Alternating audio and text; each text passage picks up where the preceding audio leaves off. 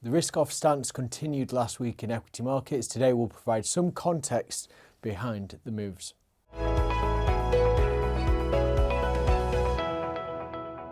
Last week we saw weakness in global equity markets, particularly in areas such as technology and AI-related companies. What's important though, the AI bubble doesn't appear to be bursting, but it is losing some air. That's not necessarily a bad thing if we believe that this trend of equity markets continuing to grind higher over a sustained period. We've been on this trend for the last 3 years. Since October 2022, equity markets have been trending upwards, and we expect that to continue as we look to 2026.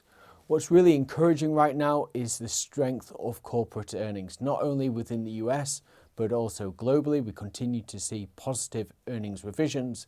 At the same time, we have central banks lowering interest rates and easing financial conditions. That should be supportive.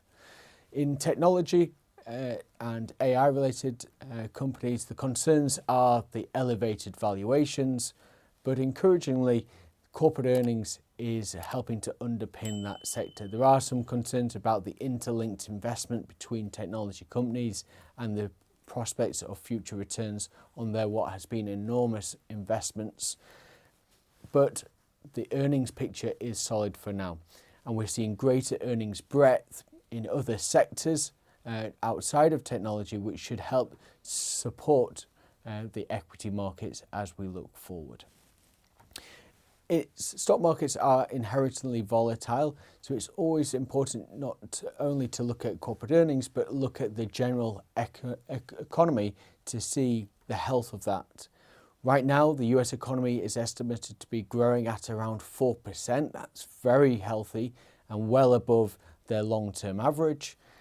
Helping to support growth next year will be the fiscal package, the one big beautiful bill signed by Donald Trump, which should help bring more stimulus to the economy and again help support and underpin corporate earnings.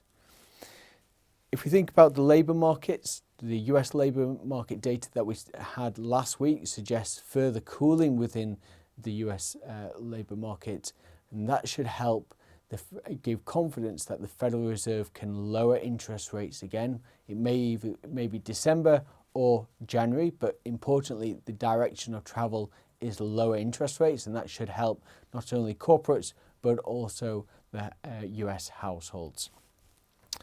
This week, there'll be attention on the US data that comes through before Thanksgiving on Thursday. We'll have US retail sales. We'll have the first estimate of the US GDP for Q3, but also we'll have consumer confidence data as well as regional business surveys. So a lot of data to unpack, and that'll give us further confidence of the health of the US economy.